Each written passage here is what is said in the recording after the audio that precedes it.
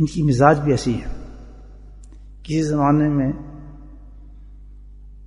قادری سلسلہ بہت زور پر تھا، بہت زور پر تھا، زمانہ سے تھا. ہر آدمی آپ دیکھیں پچھلے اکابرین میں چلے جائیں، قادری سلسلہ، قادری سلسلہ، کس نے قادری سلسلہ ہوتا تھا. جیسے میں نے عرض تو کر دیا آپ سے کہ مطلب سلسلے کا کیا ہے، انسان کی اصلاح ہے. نہ کوئی جادوگر بناتے ہیں، نہ کوئی اس سے کوئی نئی چیز ملتی ہے، نہ کوئی نیا دین ملتا ہے، کچھ نہیں. بلکہ کیا ہے کہ جیسے دور ہوتے چلے جاتے ہیں اور جو بیماری ہیں اور رکاوٹیں اس راستے میں آتی رہتی ہیں، تو ان سلسلوں کے اندر اللہ سبحانہ تعالیٰ نے ایسے اذکار اور تزکیے کے طریقے رکھتے گئے ہوتے ہیں کہ اس سے وہ صاف ہوتا چلا جاتا ہے. جیسے ہم اب یورپ میں ہیں، اب یورپ کی بیماری مختلف ہے. یہاں فلو بہت زیادہ ہوتا ہے، ہر وقت فلو لگا رہتا ہے، نکلتا ہی نہیں نہ رومال جیب میں رکھنا پڑتا ہے، اور الرجی کی گولیاں کھانی پڑتی ہیں روز، مجھے تو کھانی پڑتی. لیکن آپ اپنے ملک میں جائیں مٹی بیچ کے منہ گندے چلی جائے تو فائدہ دیتی، نقصان نہیں دیتی. یہ مختلف بیماری ہیں. اسی طرح یہاں کی جو روحانی بیماری ہیں وہ بھی ڈفرینٹ ہے بالکل. یہاں گناہ کا جو انداز ہے نا بڑا ویسٹرن، یہاں بھی شیطان بھی ویسٹرن ہے نا یہاں کا، وہ اپنے طریقے سے گناہ کراتا ہے انسان سے. تو اللہ پاک نے یہاں کے لیے بھی انتظام کر دیا کہ یہاں کے گناہوں کو کس طرح صاف کیا جاتا ہے، کیونکہ جنت تو اللہ پاک نے دینی ہے. دیکھو جو چاہے کرے الحمدللہ. صحیح ہے نا بات. تو اسی طرح وہ زمانہ ایسا تھا کہ اس میں اللہ نے قادری سلسلہ عبد القادر جیلانی رحمۃ اللہ علیہ غوث پاک کتنے مشہور بزرگ ہیں، ان کو تعینات فرمایا اور انہوں نے الحمدللہ دھوم مچا دی پورے زمانے میں.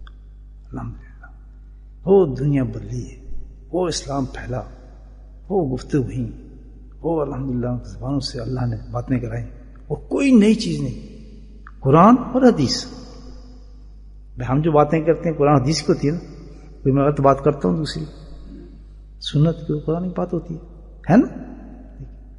تو یہ بھائی وہی باتیں وہ اس طریقے سے، اور جو بیماریاں تھیں اس زمانے کی اس کے مطابق اللہ تعالیٰ نے ان کو ذکر دیا. ان کو عبد القادر جیلانی رحمۃ اللہ علیہ وہ گائیڈ کرتے ہیں. یہ آسمان یہ کوئی تھوڑے خود بیٹھ کے آدمی ذکر بنا رہے، ایسے نہیں ہوتا. تو خود اللہ نے ان کو دیا کہ اس موقع پر یہ اس طریقے سے انسان کا تزکیہ ہوگا، تو جمع کر بلا، اس طرح سے بہت دور ہو رہے ہیں دین سے، اور تو اس طریقے سے ان کا تزکیہ کر. تو جب ان سے نسبت بڑی ہوا ہے تو لوگ، اس کا نام کیا تھا، بہاؤالدین رحمۃ اللہ. اچھا بس اس نے کیا کام کیا، ہو جناب یہ سلسلہ اس طرح ہے. اب دیکھیے نقش بند انہوں نے جناب بند کیا حجرہ اپنا. اللہ والے تھے، بہت عبادت کرتے تھے، نیک انسان تھے، صالح تھے، اونچی عبادت کے اندر تھے. انہوں نے اپنا حجرہ بند کیا، سیدھے پڑ گئے. کہتے ہیں کہ جب تک نہیں اٹھوں گا سوائے نماز کے، جب تک اللہ تعالیٰ، میرا فہم یہ کہتا ہے کہ یہ جو 3 سلسلے ہیں اس میں جو کام کرنے والے ہیں، اب جو آنے والا دنیا زمانہ ہے وہ ایسا دے کہ قیامت تک وہ ایک ہی سلسلہ چلے. اللہ سے مانگنا ہے، انہوں نے مانگ رہے ہیں، اور ایسا سلسلہ ہو کہ لوگ آنے والے بہت عجیب و غریب لوگ ہوں گے. ابھی تو آنے زمانہ والا ہے، ٹیکنالوجی ہوگی اور لوگ مصروف ہوں گے اور ماڈرن ہوں گے، اور چیز ماڈرن چاہیں گے ہر چیز. ٹھیک ہے نا. وہ کوئی ایسے ذکر کرتا تھا شیخ نقش جیسے ہم کر رہے ہیں کہ آن لائن ہوتا تھا، آن لائن کوئی بات ہوتا تھا، مجھے بتائیں. ٹھیک ہے. تو کیا ایسا ہونا چاہیے سلسلہ کہ قیامت تک چلے، اور ہو بھی ایسا کہ کام تھوڑا ہو، کام تھوڑا کرنا پڑے اور انعام بہت مل جائے.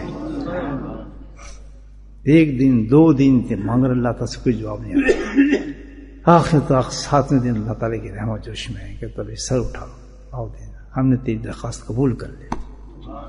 اللہ کی رحمت ایسی جوش میں آئی. فرمایا یہ 3 سلسلے جو ہیں نا جو انہوں نے پہلے دیے تھے، یہ ایک طرف رکھ گئے. ان تینوں کا تعلق کس سے تھا؟ حضرت علی کرم اللہ وجہ سے تھا. وہاں جا کے لنک ملتا ہے، سب ان سے فیض ہوتا تھا. کہتا ہم نے اب سلسلے تجھے ایک ایسا عجیب و غریب دینا ہے، ایسا عجیب و غریب سلسلہ دے رہے ہیں ہم تمہیں کہ جو قیامت تک چلے گا یہ سلسلہ. بلکہ حضرت مجدد رحمۃ اللہ کی مکتوبات میں لکھا ہے کہ امام مہدی بھی اسی سلسلے سے اٹھیں گے. وعدہ کا اللہ کون لوگ سے قادر مطلق ہے. وہ بھی جو زمانے کا شیخ ہوگا نا، بڑا نقشبندی شیخ، وہ ان سے ملے گا، ان کی ملاقات ہوگی امام مہدی سے. اور الحمدللہ پھر آگے کیا کچھ ہوگا وہ تو خیر اب اتنا بڑا سلسلہ مانگا تو اللہ تعالیٰ کہ کیا سلسلہ کرتے، پھر بتایا کہ تیرا سلسلہ جو ہوگا اس کا کام جو تو نے مانگا ویسے ہی ہوگا.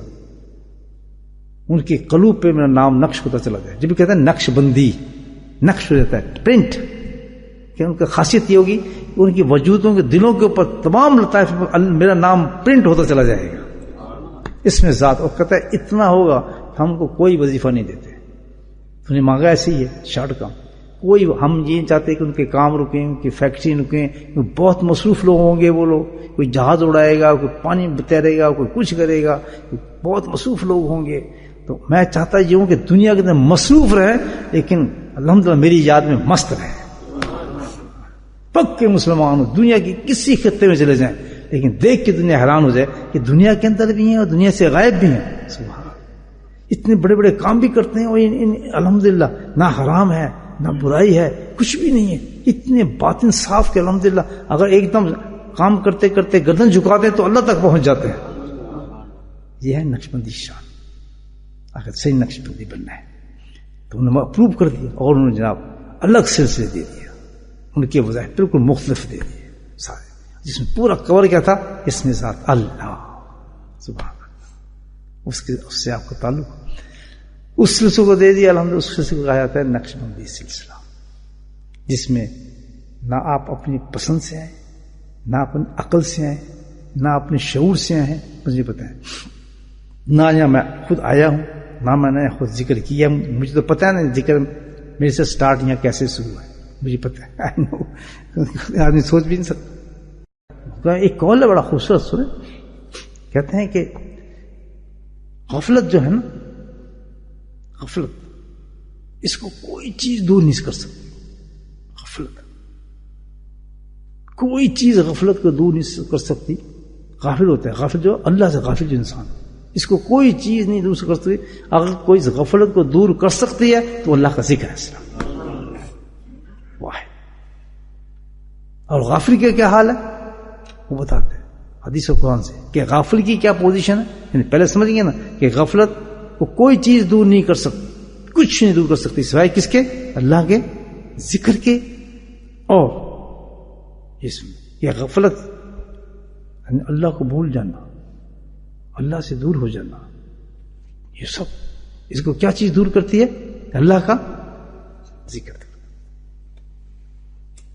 کیسے؟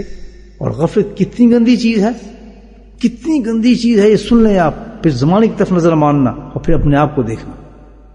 غفلت اتنی خراب چیز ہے، فرماتے ہیں کہ ایک پلک جھپکتے، یہ پلک سمجھتے ہیں آپ، ایسے کیا نا اس کا نا پلک جھپکنا، بلنک کرنا جس کا نا، ایسے کہتے ہیں اس کے برابر بھی انسان اگر اللہ سے غافل رہے، اس سے برابر، صرف اس کے برابر اگر ایک انسان اللہ سے غافل ہے تو اس غفلت کے لیے اگر ساری زندگی کوشش کرے تو اس کا کمپنسیٹ نہیں کر سکتا.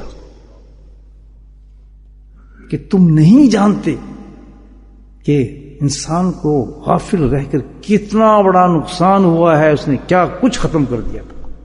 اللہ تعالیٰ اپنے بندے سے اتنی بھی توقع نہیں رکھتا کہ میرا بندہ اتنا بھی غافل رہے مجھ سے کہ جیسے کہ پلک جھپکی جاتی ہے. تو کیا سٹینڈرڈ ہے اور کیا دنیا کا حال ہوگا آپ دیکھیں. کیونکہ یہ آخرت کے حساب سے کیا ہے کہ آخرت میں جو اللہ کے نزدیک حساب ہوگا اس میں یہ چیز سب سے پرماننٹ چیز ہے کہ کون غافل رہا مجھ سے. بڑا سخت حساب ہے، کون غافل رہا ہوگا. جی میں تو تھوڑا وہ کہتے میرا سٹینڈ تو دیکھے تو پلک جھپکتے بھی غافل نہ رہے. اور کوئی کہ اللہ تعالیٰ کوئی انتظام نہیں تھا ایسا کہ بھائی وہاں تو اتنی دیر کے لیے ہم پلک جھپکتے ہوئے غافل رہے. کہتے ہیں انتظام تو میں نے کیا تھا، انتظام موجود تھا. وہ کیا تھا؟ اللہ کا ذکر. اور نقش بند میں تو بالکل اس کو ملا دیا.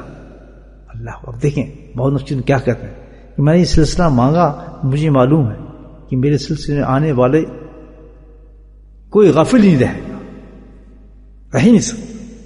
کیسے انتظام کیا؟ اللہ سے کیا منوایا؟ سنیں کہ جو شخص صبح باقاعدگی کے ساتھ اللہ کا ذکر محو ہو جاتا ہے. نقش بندی سلسلے کی بات کر، خالص نقشبندی اسباق کے اوپر، جو نقشبندی اذکار ہیں اس کی بات کر رہا ہوں میں آپ سے.